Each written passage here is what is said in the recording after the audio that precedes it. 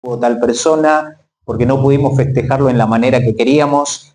Pero en el caso de la iglesia, qué hermoso es entender que la iglesia ha sido y es sostenida por nuestro Dios, ¿sí? El Señor, a través de los años, una de las cosas que ha hecho es buscar preservar lo que es el Evangelio, y la iglesia en este lugar cumple 113 años, pero el Evangelio ya está hace más de 2000 años vigente, ¿sí? Y por más que muchos han intentado también frenar el avance o de alguna manera poder detener lo que era la predicación del Evangelio, el Evangelio sigue extendiéndose. Y al igual que ustedes están en este lugar, hace ya 113 años, nosotros venimos desde San Salvador, de Jujuy, no exactamente de la capital, sino un poquito más al norte, desde La Puna, ¿sí? Aproximadamente estamos a 3.500 metros sobre el nivel del mar. Abrapampa es una ciudad muy seca en cuanto a clima, y lo que se produce ahí tal vez no es la parte de agricultura, ¿sí? Ahí lo que es más reconocido tal vez es por la llama, ¿sí? Porque hay carne de llama, podemos disfrutar de eso, y después se mueve mucho lo que es el comercio, porque estamos a 45 minutos de lo que es la frontera, el límite con Bolivia. Ahí, desde ese lugar nosotros estamos y podemos compartir. Ya hace más de 15 años que hemos llegado a la iglesia.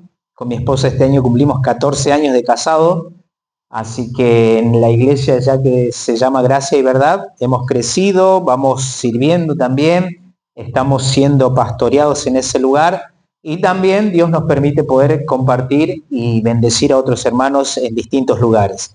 Así que de ahí venimos, para los que de alguna manera podamos conocernos y tener esa cercanía. Desde allá, la iglesia les manda muchos saludos, ¿sí? Les manda muchos cariños a la iglesia también acá. Nuestro pastor ha tenido la oportunidad también de visitar ya este lugar, su esposa, Meli, también pudo venir hace unos años atrás y compartieron con ustedes. Así que en esta oportunidad, gracias a los hermanos por la invitación, también por permitirnos compartir en este aniversario, y entendemos que es algo muy especial, ¿sí? Bueno, mi nombre es David Ramos, o algunos me conocen por Elías, ¿sí? Elías Ramos, porque allá también, si no, como somos varios David, entonces dicen el hermano David. ¿Y cuál David? Y entonces mi segundo nombre es Elías y mi esposa me llama Elías, ¿sí? Entonces mi esposa se llama Amanda, tengo a mi hijita Priscila y al pequeño que está ahí, Ezequiel, ¿sí? Priscila, que tiene 10 añitos, y Ezequiel, que tiene 6 añitos. Así está compuesta mi familia, por la gracia de Dios.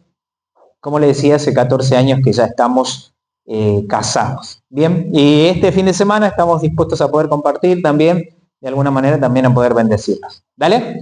Bueno, vamos a orar y vamos a comenzar la meditación en esta noche, para que el Señor pueda hablarnos también conforme a lo que es la necesidad en cada uno, reafirmar verdades, volver a recordarnos cosas y poder estudiar su palabra. Por eso vamos a orar y le vamos a decir sinceramente al Señor en esta noche: Señor, queremos que puedas hablarnos de acuerdo, Señor, a lo que tú quieres en nuestra vida.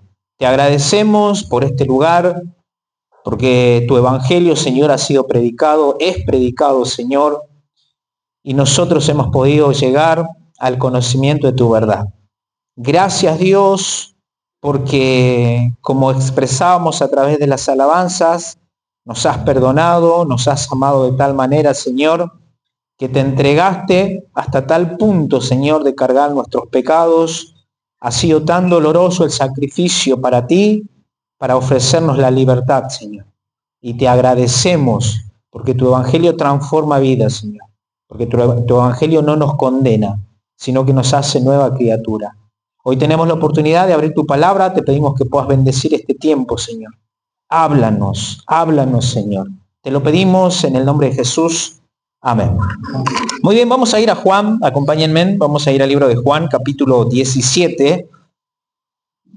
El Evangelio de Juan, capítulo 17, y desde ahí vamos a tener las meditaciones en este fin de semana.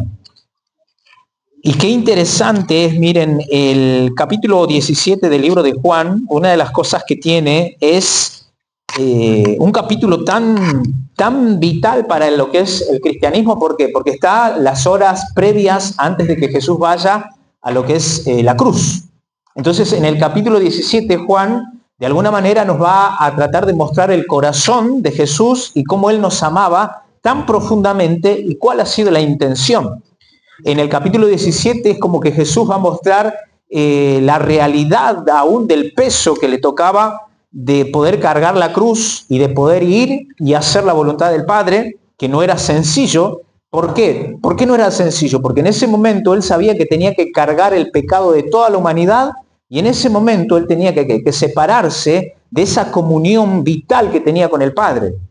¿Por qué? Porque la santidad de Dios no puede permitir ni una nanopartícula de lo que es el pecado delante de su presencia. Y en ese momento, en la cruz, lo que estaba haciendo Jesús era cargar nuestros pecados. Y ahí es donde siente esa soledad, esa tristeza, y Él sabe lo que le va a venir. Pero antes de eso, una de las cosas que Él hace, también va a pedir, tanto para poder cumplir la voluntad del Padre, pero también va a pedir por los que han de creer, va a pedir por sus discípulos y va a pedir por la iglesia futura también. Eso es lo que es el trasfondo del capítulo 17 de Juan. Nos muestra ese corazón intenso de Jesús hacia lo que es la voluntad del Padre. Y hoy nosotros podemos disfrutar de esa oración. Muchos la llaman como la oración sacerdotal de Jesús y que terminó pidiendo por Él, pidiendo por los cercanos que tenían ese tiempo, los discípulos, y pidiendo por los que han de creer. Entonces, ese es el corazón. Ahora, cuando vamos y podemos ver esto, miren, Juan capítulo 17 nos dice así: estas cosas habló Jesús y levantando los ojos al cielo dijo: Padre, la hora ha llegado, glorifica a tu Hijo para que también tu Hijo te glorifique a ti. Como le has dado potestad sobre toda carne, para que dé vida eterna a los que les diste, y esta es la vida eterna, que te conozcan a ti, el único Dios verdadero, y a Jesucristo, a quien has enviado. Dice versículo 4, yo te he glorificado en la tierra, he acabado la obra que me diste que hiciese. Ahora pues, Padre, glorifícame tú al lado tuyo, con aquella gloria que tuve contigo antes que el mundo fuese. Vamos más adelante, miren, versículo 14 dice así: yo les he dado tu palabra y el mundo los aborreció, porque no son del mundo, como tampoco yo soy del mundo. No ruego que los quites del mundo, sino que los guardes del mal. No son del mundo, como tampoco yo soy del mundo. Santifícalos en tu verdad, tu palabra es verdad. Como tú me enviaste al mundo, así yo los he enviado al mundo. Y por ello yo me santifico a mí mismo, para que también ellos sean santificados en la verdad. Mas no ruego solamente por esto, sino también por los que han de creer en mí por la palabra de ellos, para que todos sean uno, como tú, oh Padre, en mí y yo en ti, que también ellos sean uno en nosotros, para que el mundo crea que tú me enviaste. Hasta ahí nomás. Después igual ustedes pueden ir y leer todo el capítulo. Pero ¿qué nos va a enseñar?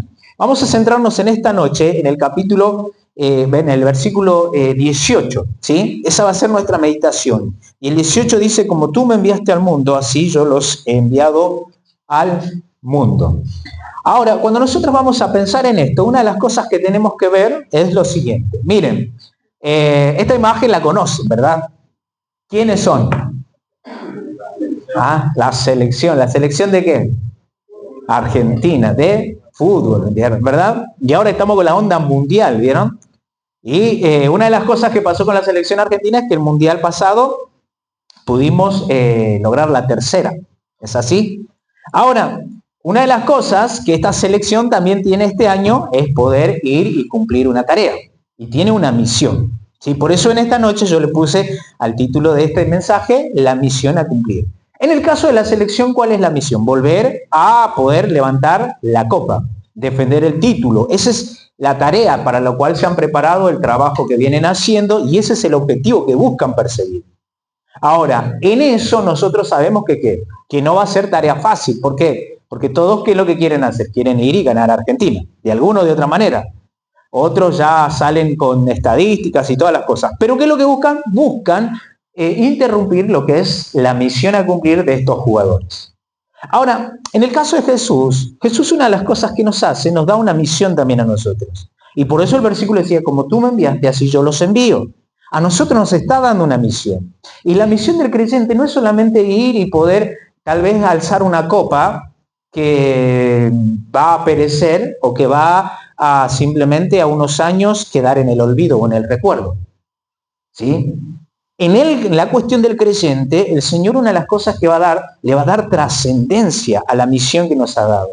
Y acá una de las cosas que Jesús está haciendo, ¿cuál era la misión que él había recibido? La misión por parte del Padre que Jesús había recibido es venir a la tierra a poder ¿qué? A poder rescatar, a poder mostrar el amor, a poder restablecer la comunión que el hombre había perdido a causa del pecado con Dios. Entonces Jesús viene y él como hijo decide que renunciar a la gloria que tenía con el Padre para venir a hacerse semejante a nosotros y poder restablecer esa comunión. Esa era la misión, volver a dar esperanza, volver a llevar a la comunión al hombre pecador con la santidad de Dios. Y él la cumplió.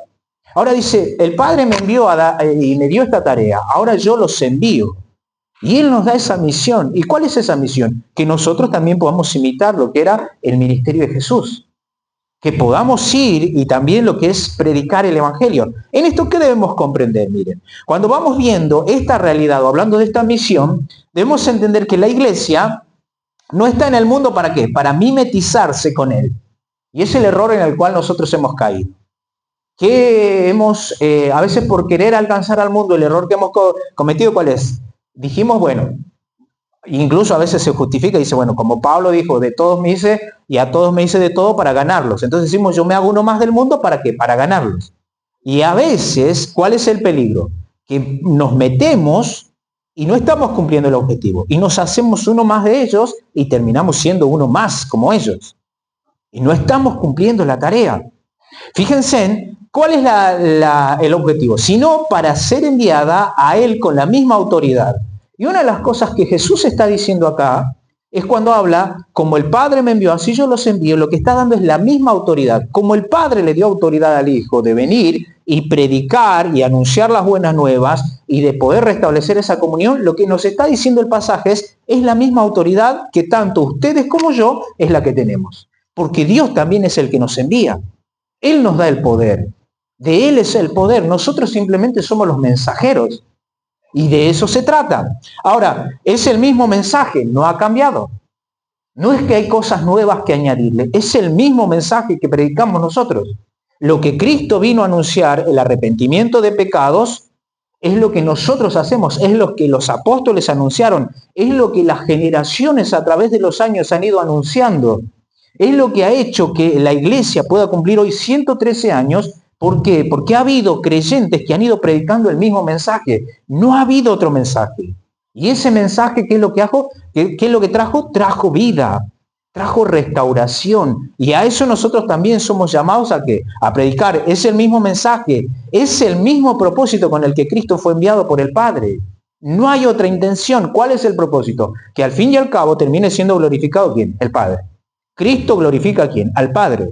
Cristo a través de su obediencia terminó glorificando al Padre. Nosotros a través de nuestra obediencia terminamos glorificando ¿a quién? Al Padre. Es la misma tarea que tenemos. Ahora, en esto, ¿qué debemos entender también? Que cumplir la misión en estos tiempos, en los tiempos actuales, donde nosotros estamos, ¿qué es lo que pasa? Exige evitar la trampa de la comodidad y de la superficialidad. Si hay un peligro o peligros que se presentan en nuestro tiempo, ¿saben cuál es? El hecho de la comodidad. Del hecho de predicar a veces un evangelio cómodo para la gente. O el hecho nosotros de querer vivir una vida cristiana cómoda. Y eso hace a que a veces no prediquemos fielmente lo que es el evangelio. Por ejemplo, lo que es la entrega y lo que Cristo ofrece a través de la predicación del evangelio o del hecho de llamarnos al discipulado va en contra de lo que el sistema hoy nos plantea. El sistema hoy te va a plantear y te va a decir, vos tenés que vivir una vida tranquila. Eso es lo que te va a fomentar a esas cosas. Ahora nosotros vamos, o la Biblia nos enseña a ir en contra de eso, ¿se entiende? A ir en contra de lo que es la superficialidad. Hoy se predica un evangelio a veces que es superficial, que simplemente, o a veces nosotros nos hacemos ese evangelio que yo vengo a la iglesia, asisto y ya cumplí. Y no es eso. El evangelio tiene que ser más profundo. El evangelio tiene que reflejar el hecho de lo que es Cristo mismo. El evangelio nos motiva a hablar del amor de Dios. El evangelio no se puede quedar ahogado simplemente en una cuestión de paredes. El evangelio es más que eso, chicos. Y ahora, ¿por qué cuando nosotros lo miramos así? ¿Y cuál es el alcance que tiene? Miren, es que cuando nosotros asumimos nuestro rol o entendemos que la autoridad esa nos ha dado Dios, ¿sabes qué? Vos llegás a lugares donde yo no llego. Y yo llego a lugares donde ustedes no llegan. Y eso es el evangelio. Esa es la gracia de Dios. Vos podés ir y predicar a tus compañeros y tal vez ellos nunca, o tal vez yo nunca los llegue a conocer, pero vos fuiste una luz. Por eso Jesús, una de las cosas que dijo es, cuando se prende una luz, ¿qué es lo que se hace? Se pone en lo alto. Y esa luz, ¿qué es lo que hace? Alumbra a los que están en la casa. Pero yo no puedo ser una luz y esconderme. Cuando yo me escondo, ¿qué es lo que pasa? Los de la casa, los cercanos, no son alumbrados. Y el propósito del evangelio, al poder alcanzarnos, ¿saben cuál es? A que nosotros también podamos brillar y ser luz en el lugar donde estamos. No importa las capacidades o los recursos que a veces tengamos o no tengamos. Somos llamados a predicar el evangelio. Y esa es nuestra tarea. Ahora, entonces, exige evitar eso. Ahora, un joven cumple el llamado divino cuando abraza una identidad firme en Cristo, cuando defiende la verdad con valentía y vive una vida coherente que refleje el evangelio. Y eso es lo que se necesita hoy en día. Abrazar la verdad del evangelio, pero no simplemente abrazar la Biblia como un amuleto que la abrazo y me va a ir bien, sino abrazar lo que implica la fe y lo que implica la vida en Cristo Jesús.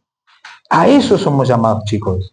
Y eso es lo que está diciendo Jesús. Por eso, cuando entramos en contexto, Jesús está tan con un peso en el corazón, sabiendo lo que implica el hecho de ir a la cruz, pero a la misma vez lo que le está dejando a los discípulos y a los que han de venir es entregarle la misma comisión, la misma responsabilidad. Y es lo que ya se nos ha encomendado. No es algo que yo voy a tomar más adelante, es una tarea que ya se nos ha dado. En el momento que nosotros hemos creído, esa tarea ya se nos ha asignado a nosotros y tenemos la misma autoridad. Ahora, ¿qué debemos comprender en cuanto a esto? Vamos a la siguiente placa. ¿Cuál es el ambiente hostil que enfrentamos hoy en día? Porque esa es la realidad. Podríamos decir, yo tengo que ir y predicar el evangelio. Sí, tengo que ir y predicar. Pero la realidad es que también que hay un ambiente hostil, ¿sí? En el cual nosotros vamos a enfrentar. ¿Cuál es el ambiente que tenemos? Está el imperio del relativismo moral. Eso es lo que gobierna nuestros tiempos. En donde el relativismo te dice no hay verdad absoluta. Pero el evangelio no te dice eso. El evangelio va con claridad y te discierne y te discrimina. Dice, el que cree tiene la vida eterna, el que no cree ya ha sido condenado. El evangelio viene y presenta vida eterna al cielo y el que rechaza ya está en el infierno. Pero el relativismo viene y te dice, esa es tu verdad. El relativismo en el cual nosotros estamos y gobierna te dice, cada uno tiene su propia verdad y vive su vida a la manera que él quiere. Y cuando nosotros dejamos entrar esa filosofía de pensamiento, en la iglesia también corremos el peligro. ¿Y cuál es el peligro? Esa es la postura que plantea tal iglesia. No, yo te vengo a hablar con lo que la Biblia me está diciendo. En la Biblia que hay una sola verdad. Y en cuanto al evangelio, lo que la Biblia me está diciendo es eso. Por eso Jesús, incluso cuando ahora dice, esta es la vida eterna, que te conozcan a ti. Verdad absoluta, no hay relativismos. Pero hoy todo el sistema te plantea que una cuestión relativista. Y ese es el ambiente al cual nosotros vamos y podemos también enfrentarnos. En este caso, también, ¿qué es lo que debemos entender cuando hablamos de relativismo? No existe una verdad absoluta. Y esto hace el rechazo a la exclusividad de la verdad. Vos vas y te tratás de explicar tal vez el evangelio a alguien. ¿Y qué es lo que van a hacer? ¿Te van a rechazar? ¿Por qué? Porque ellos van a pensar y van a decir, vos creés que tenés la verdad suficiente y no la tenés. Y no te van a aceptar. Y ese es el precio, chicos. Ese es el precio al cual nosotros nos ponemos también a la hora de poder ir y predicar. Cuando hablamos de esto también hacemos referencia a que hasta incluso el relativismo, ¿qué es lo que ha hecho? Ha hecho o ha creado la pérdida del significado original de lo que es el pecado. La Biblia dice, ay de aquellos que a lo malo le llaman bueno. Y eso es lo que es el relativismo. Hoy, por ejemplo, la gente o los jóvenes o tal vez tus compañeros hacen cosas malas, pero para ellos justifican eso está bien. Para mí está bien, me hace bien. Y si no daña a nadie, para mí está bien. Pero cuando yo voy a la Biblia me ayuda a discernir y a tener claridad e ir por lo absoluto. Y el Señor viene y condena, dice, eso está mal. Y eso está bien. No hay grises. Ahora, ese mundo es el cual nos toca enfrentar. ¿Qué más? ¿Cuál es otro peligro que tenemos? Es el secularismo y la cultura de ¿qué? Del entretenimiento. Y esto es algo que constantemente nosotros vemos. Por ejemplo, ¿qué es lo que hay? Hay una saturación y distracción en esta era digital. Eso está en nuestra sociedad. Por ejemplo, el Evangelio, si yo voy y les planteo tal vez, o yo voy e intento predicar el Evangelio con un folleto, no va a ser atractivo. Pero si yo voy, no sé, les muestro tal vez, o les ofrezco una serie en Netflix o cosas así, termina siendo atractivo. Porque la sociedad en sí, ¿qué es lo que está? Está enfocada en el entretenimiento. Si yo voy y les hablo, incluso pasa en nuestra vida, miren cómo esto afecta. Porque si yo voy y les digo, vamos a ir y vamos a leer la Biblia. O vamos a ir y vamos a estudiar la Biblia. Y luego decía, sí, pero hay como pocas ganas o poca atracción a eso. Pero si voy y te digo, vamos a ir a ver una buena peli, y tal vez se suman muchísimos, ¿entiendes? Y esa es la cultura del entretenimiento en el cual está. Ahora, yo quiero decirte en cuanto a esto, no debes sorprenderte. Porque una de las cosas que dice Pablo ya en la Biblia, dice que en los postreros días vendrán hombres amadores de sí mismos, que buscarán el deleite más que a Dios, que amarán los deleites más que a Dios. Pero yo no debo por eso dejar de predicar, yo tengo que seguir predicando. Y yo voy y trato de ser certero con la verdad. Tengo que conocer el Evangelio. Ese es el ambiente en el cual está. Ellos buscan entretenimiento, yo voy y digo la verdad. Pero eso también hace a que, ¿cuál es el peligro de esto? Que nos hace entender que, por ejemplo, está la falta de convicción profunda, es lo que trae el secularismo, ¿sí? Y el entretenimiento. ¿Por qué? Hoy estamos acostumbrados a hacer o a tener los shorts, ¿vieron? Los shorts que son videos cortos. Vos vas y no te gusta, no, y haces scrollear, va. Y pareciera que tenés mucha información, pero a la misma vez no estás estable en nada. Y eso es el peligro del entretenimiento. Ahora, el creyente no es llamado a vivir así.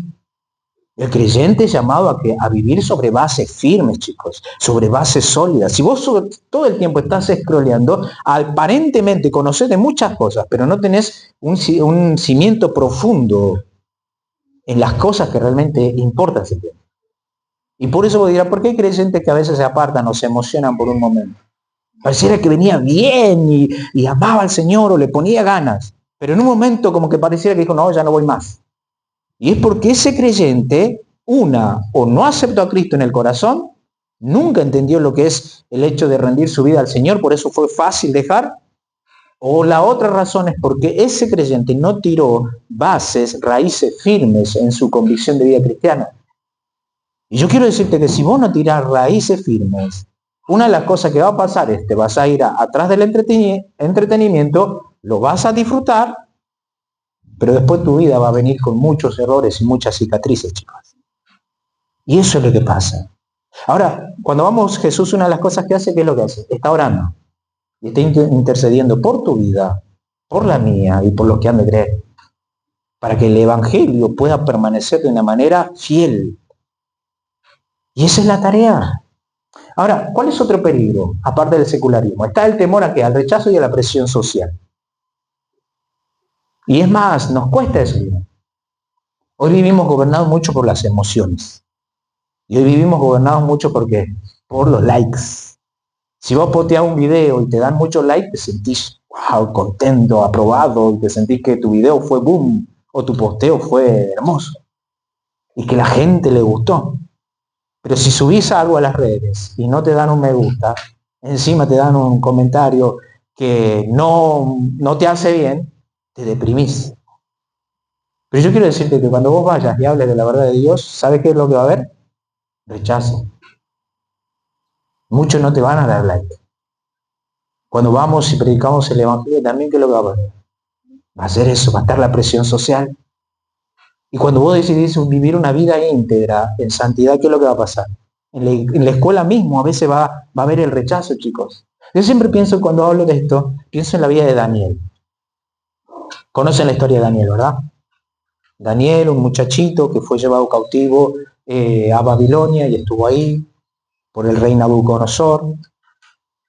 Pero Daniel nos muestra en la Biblia que fue un muchachito joven, aproximadamente de entre 14 años cuando fue llevado cautivo, pero fue un muchachito que ¿qué es lo que quiso hacer? Quiso agradar al Señor.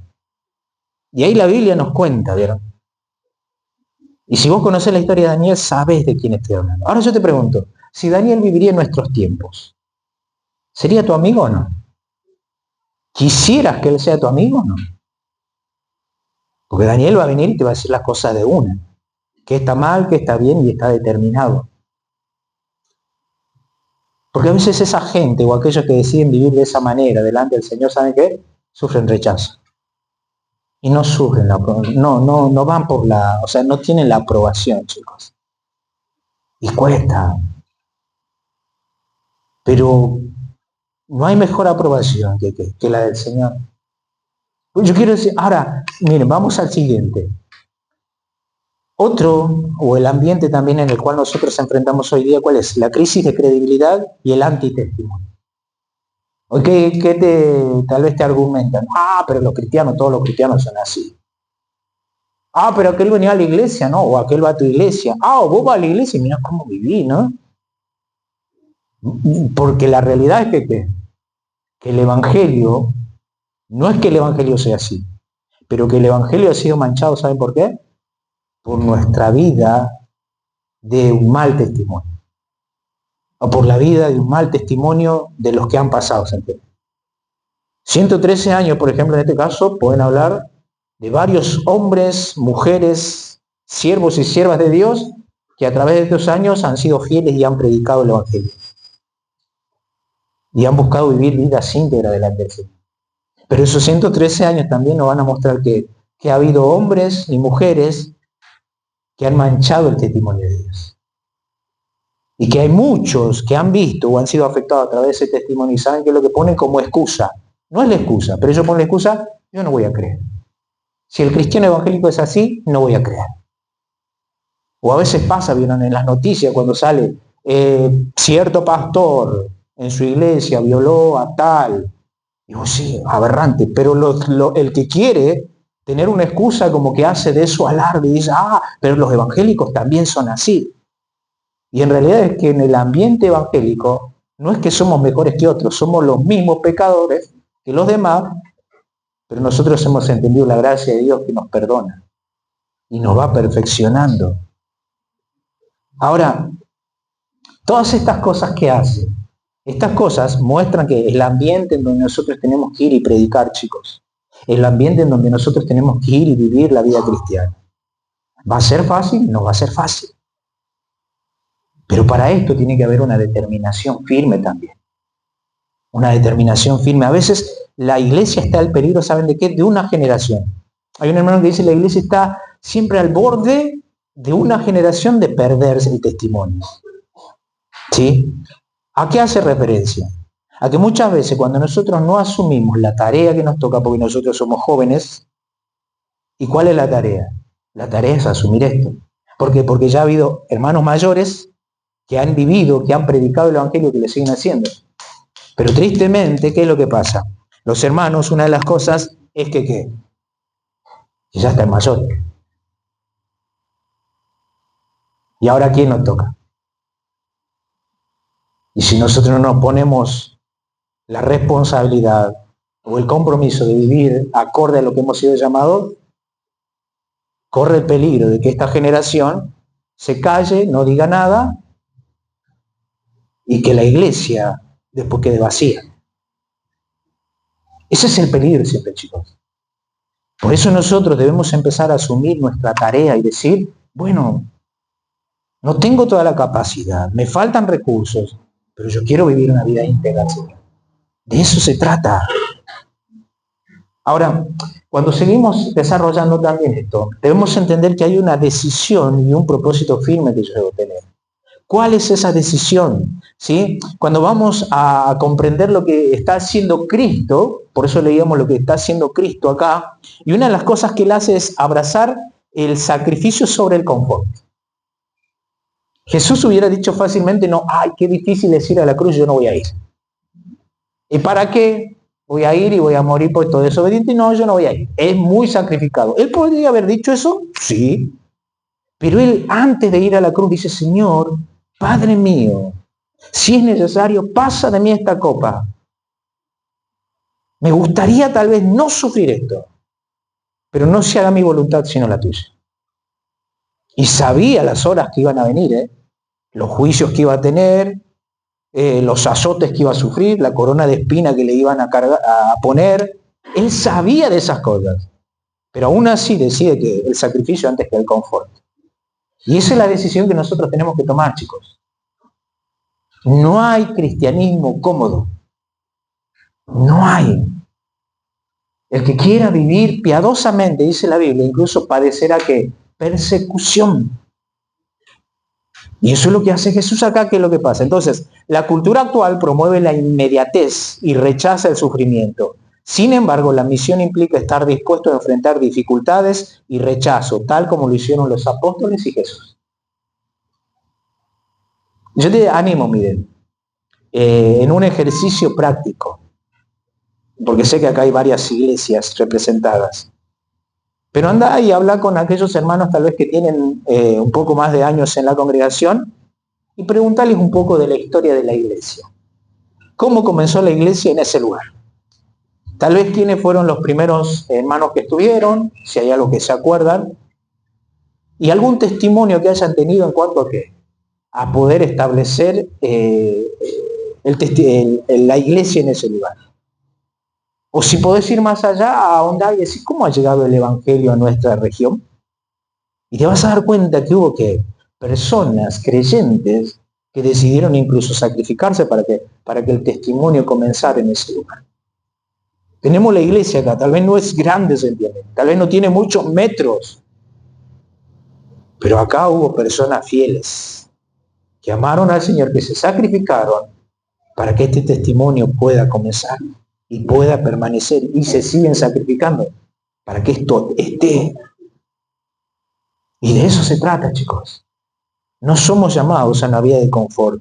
¿Qué más? Tiene que haber una decisión de conocer la verdad y defenderla. Yo te decía, somos inmersos en la sociedad para vivir vidas superficiales, en todos los ámbitos. En la educación, o sea, cada vez la educación está a nivel más bajo. Hoy tenés la IA y va y busca, copiá y listo, ya fuiste y tal vez aprobaste un trabajo práctico. Pero si no fuiste y no estudiaste, no leíste, ¿qué es lo que no estás desarrollando? Tu capacidad intelectual. No estás reteniendo nada. Y así te va a ir. En muchas cosas, cada vez es más superficial. Pero en la verdad de Dios yo quiero decirte que no debemos ser así. Vos debes ser profundo, debes conocer la verdad de Dios, debes arraigarte en principios bien firmes. Por eso estudia la Biblia. Y eso es algo que debemos hacer. Todo creyente tiene la oportunidad de ir. Y no es solamente un requisito para los que están sirviendo, los que están al frente de estudiar la Biblia. Es una necesidad vital para todos. Para todo creyente. Conocer la verdad. Ahora, en esto que debemos comprender, es fundamental tener conocimiento profundo de las creencias cristianas y la capacidad de articularlas, viviendo sin avergonzarse del Evangelio en un mundo relativista. Y vos vivís seguro, porque vivís en una verdad. No vivís en el tal vez, en el puede ser, o yo creo simplemente que es así, o yo pienso. Vos vivís con verdades firmes, chicos. Ahora, ¿qué más debemos hacer? Vamos al siguiente punto. Ser ejemplo en todo.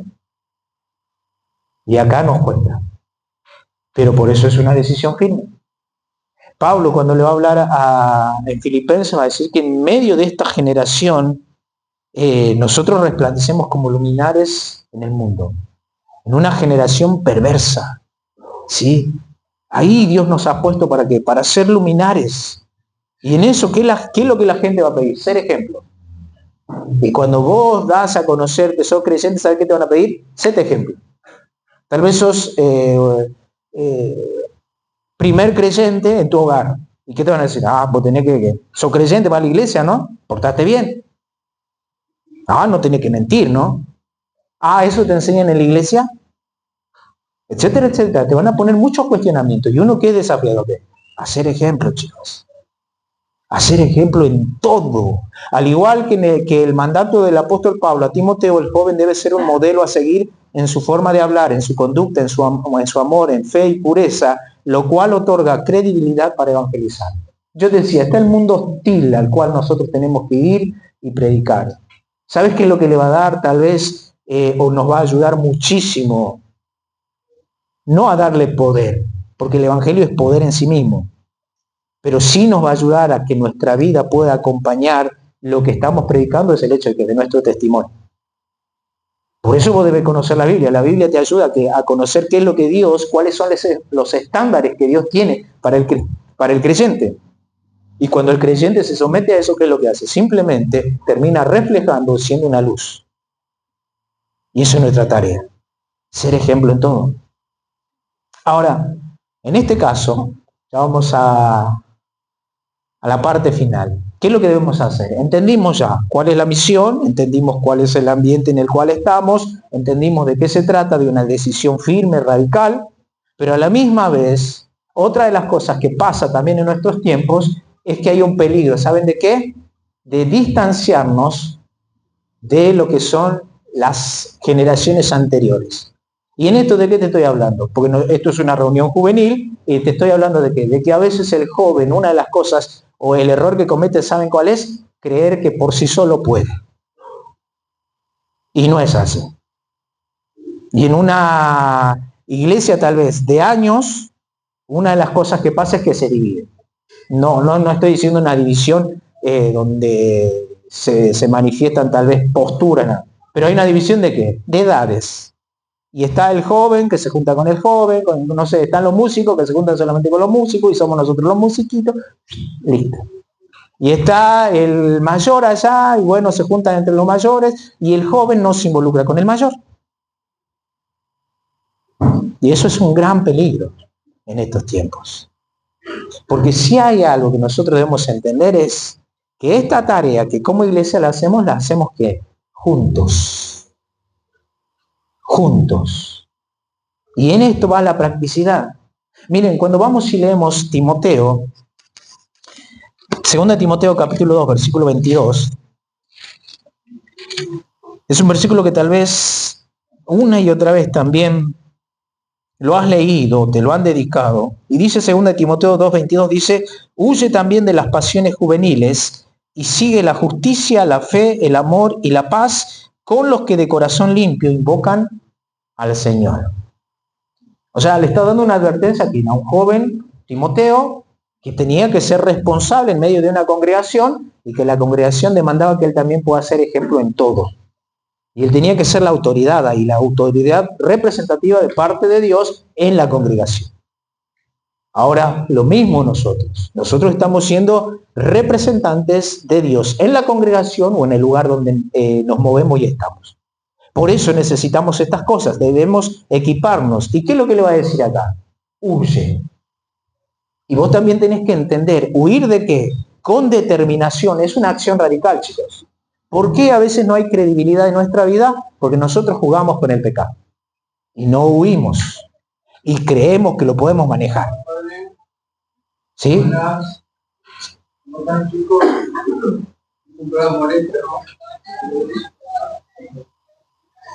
Ahí está. ¿Sí? Entonces, una de las cosas que lo que pasa es que nosotros no huimos, creemos que podemos manejar la situación y decimos no va a pasar nada.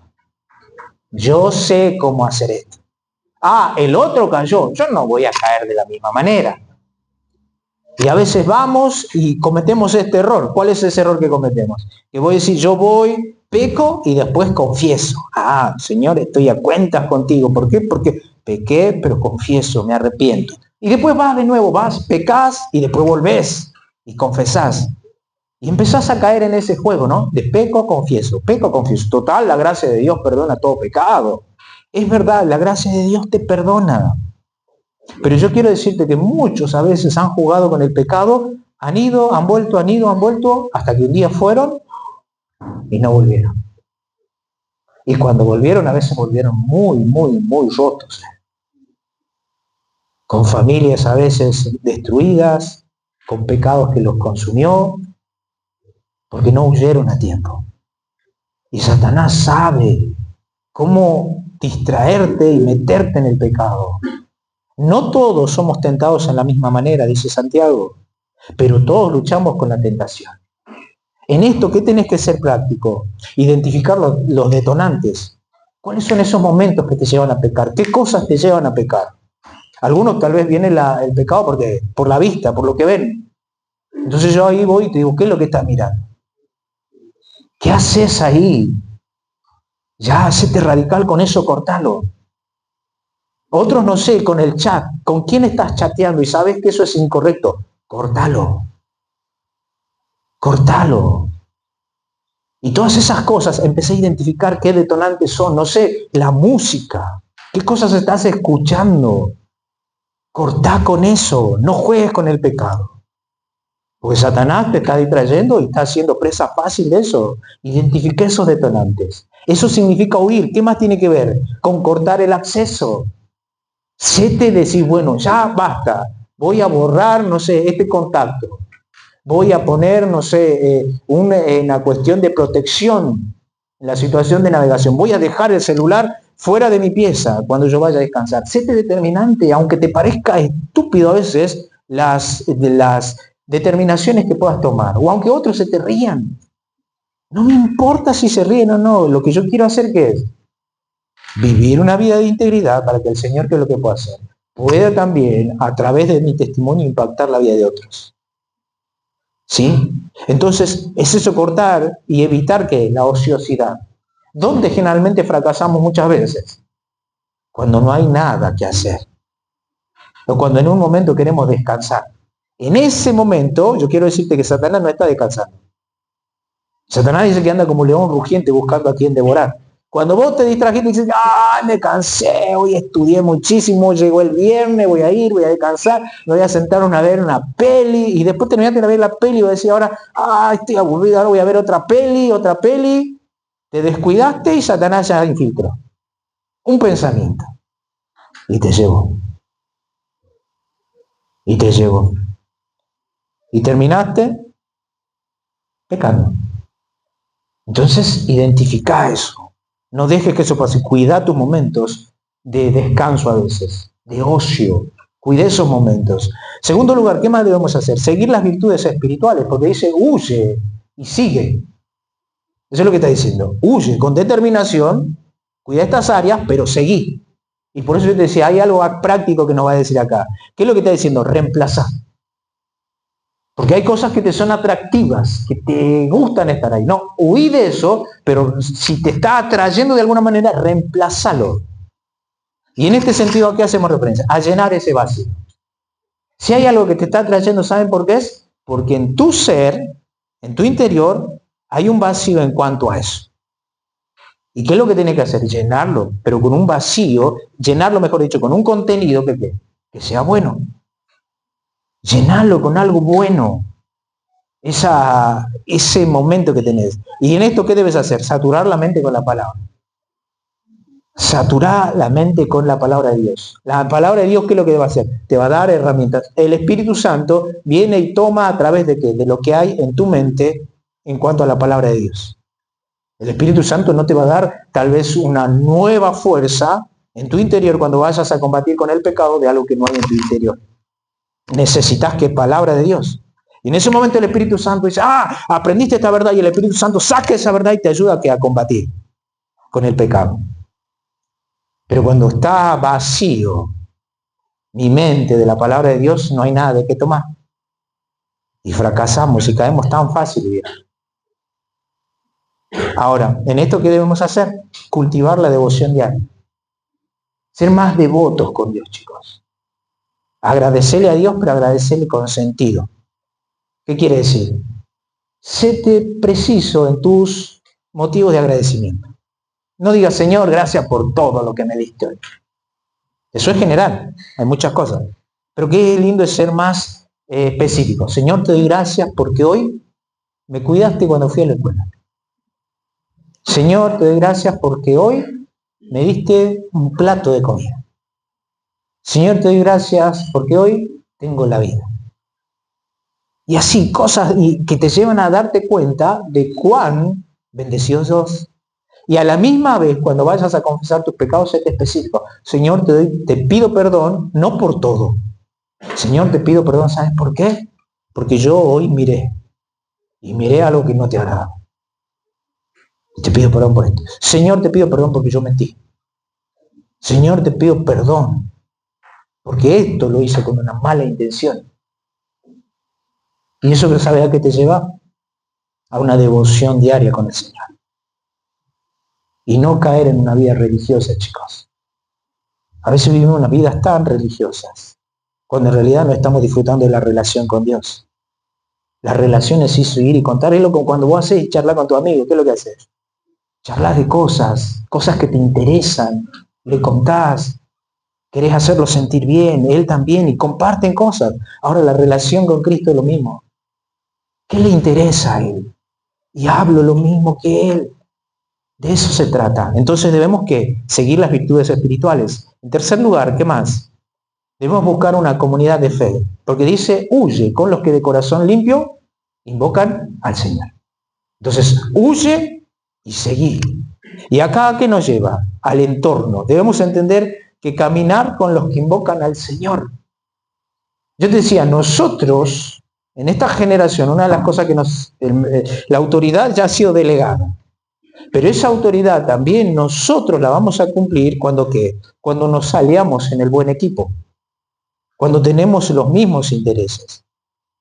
Por eso no permitan el distanciamiento ante las personas mayores. Un mayor, ¿qué te puede enseñar? Te puede enseñar a través de los fracasos que ha tenido. ¿Qué cosas le han ido mal?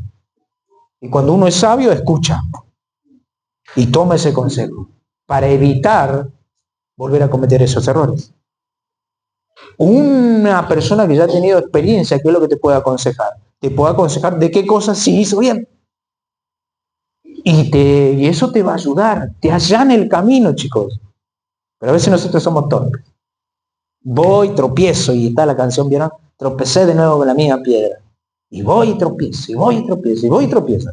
Cuando en realidad si hubiese ido y escuchado el consejo, sabía cómo evitar esa piedra, me iba por el costado, evitaba esa caída. Y seguía caminando, sabía, escuchaba el consejo, tomaba el camino correcto, y ¿qué es lo que hacía? Evitaba esa caída. Y eso es lo que la Biblia nos manda a hacer. Eso es lo que tenemos que hacer, ¿sí? Caminar con los que invocan al Señor. En este caso también, ¿qué debemos aprender, chicos? A rendir cuentas. A veces estamos tan aislados que tu vida cristiana es tuya y de nadie más. Que lo que hagas y no hagas con el Señor solamente es tuyo. Y si los demás no lo saben, mejor. Y no es así. Eso es un engaño muy sutil.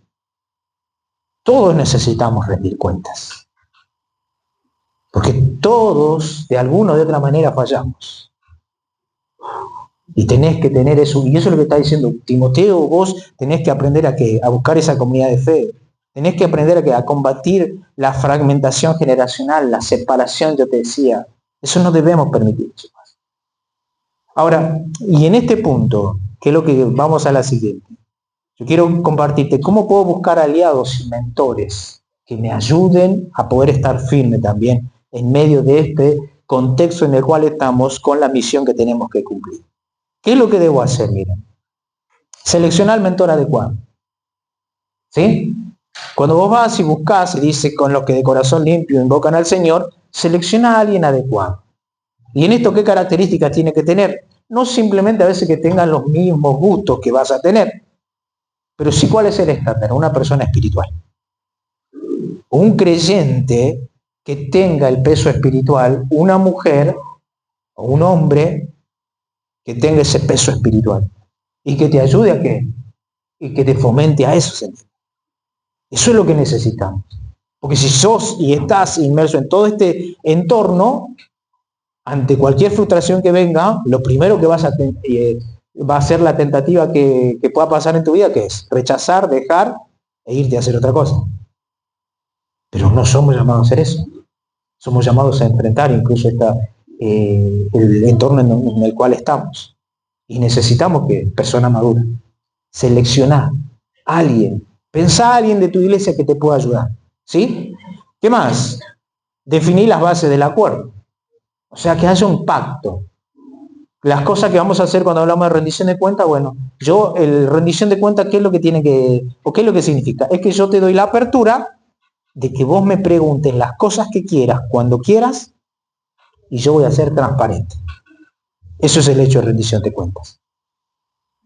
Y en el pacto establecido, ¿qué es lo que estamos diciendo? Yo me comprometo a no ocultarte nada. Y eso es algo que necesitamos, chicos.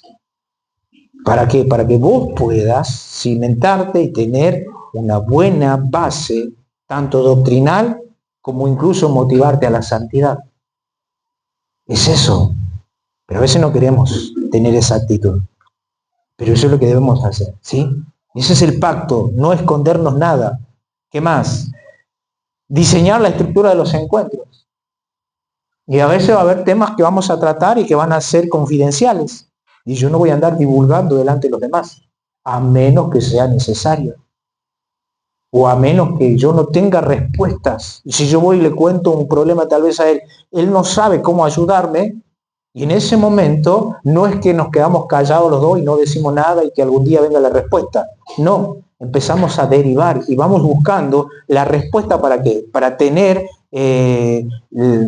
para poder resolver esa situación o saber cómo accionar ante ese pecado tal vez que estamos luchando. Y en esto no sé, te puedo poner cualquier un pecado, por ejemplo, imagínense si yo lucharía con la homosexualidad y yo voy y le cuento a alguien, digo es confidencial, es verdad, bueno, lo tenemos, pero la otra persona tal vez no sabe cómo ayudarme, entonces no es que nos vamos a quedar callados, vamos y buscamos a través de otros hombres espirituales cómo luchar y no ceder ante ese pecado. ¿Y eso qué nos ayuda? A huir y a evitar el hecho de ser vencidos en esa manera. Ahora, ¿qué más debemos hacer en cuanto a esto? Mantener la actitud correcta. ¿Qué quiere decir? Que cuando vos vas a ir a rendir cuentas, una de las cosas que va a pasar es que va a haber corrección. Tal vez no siempre, pero sí a veces sí. Cuando caíste o cuando caí en pecado, ¿qué es lo que va a haber? A ver la corrección. ¿Cuál va a ser mi actitud? ¡Ay, otra vez me dicen lo mismo! ¡Me retan! ¡Ay, ¿no?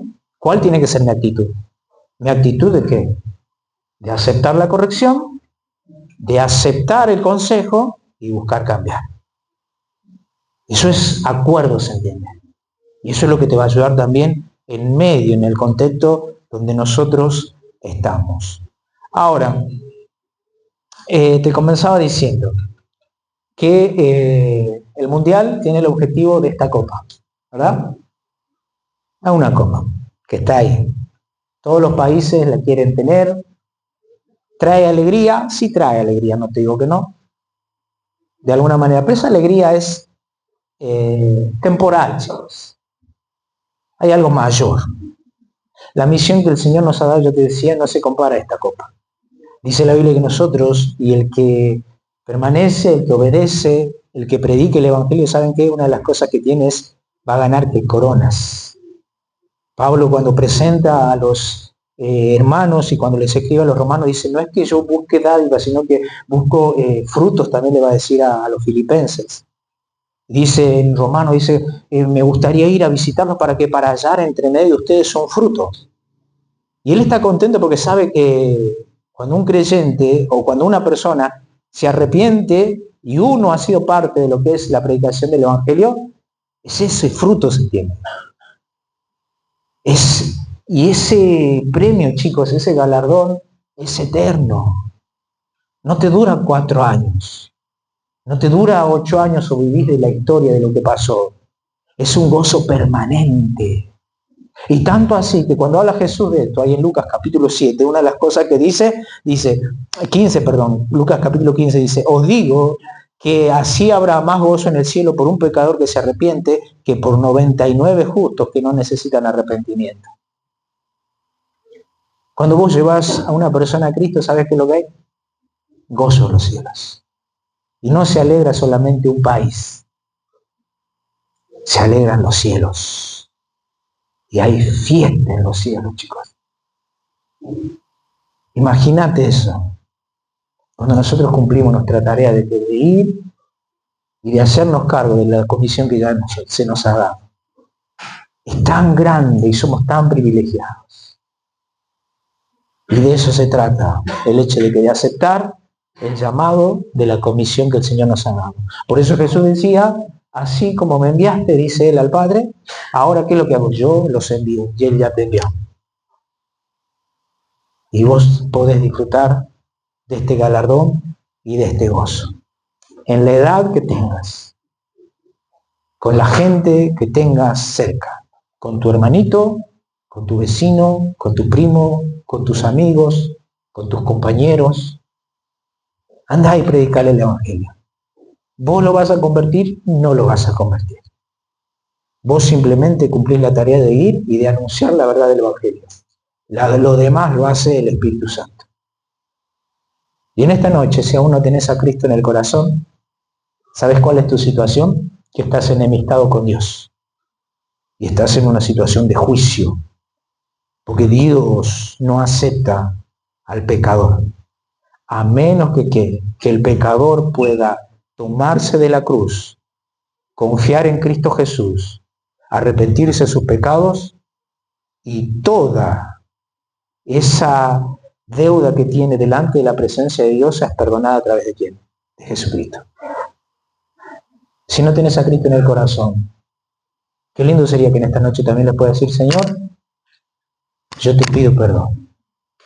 Y yo quiero hoy poder arreglar las cuentas contigo y también sé que por esta decisión en los cielos hay fiesta. Si hay alguien acá que quiera arrepentirse, te voy a invitar a que podamos orar. Vamos a cerrar nuestros ojos y que les puedas decir sinceramente, ¿sí? Le puedo decir, Señor, tal vez mucho tiempo he escuchado acerca de tu amor, del sacrificio de Cristo, pero no lo entendí.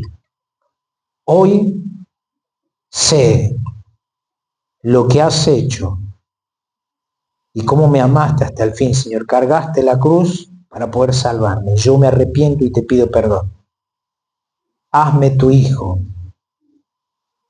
Te lo pido en el nombre de Jesús. Amén. Y para los que ya somos hijos de Dios, ¿saben qué? Vamos a ponernos de pie. ¿Sí? Todos vamos a ponernos de pie. Y terminamos orando.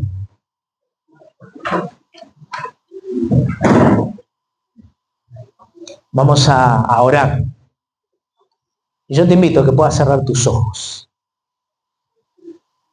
El Señor y vos sabes qué cosas a veces tenés que cortar y dejar. Y si ya la identificaste, déjala. Déjala en serio. Y asumamos también el compromiso de decirle, Señor, yo quiero ser alguien usado por ti. Y decirle así, Señor, en esta noche te doy gracias, porque te entregaste de tal manera. Cumpliste el deseo del Padre y viniste a rescatarnos. Señor, nos has hecho tus hijos y también nos encomiendas la tarea de predicar tu verdad en nuestros hogares, en nuestra escuela, con nuestros amigos. Y ayúdenos, Señor, a también ser valientes y ahí en donde estamos, anunciar tu verdad, Señor. Verdad que transforma, verdad que trae esperanza, verdad, Señor, que cambia la vida. Gracias, Dios, por tremendo privilegio. Y ayúdanos a ser valientes para cortar toda situación que va en contra de lo que tú quieres, Señor. Te pedimos tu bendición en este lugar y gracias por permitirnos compartir en esta noche. En el nombre de Jesús. Amén. Muy bien, pueden tomar asiento. Gracias por la atención.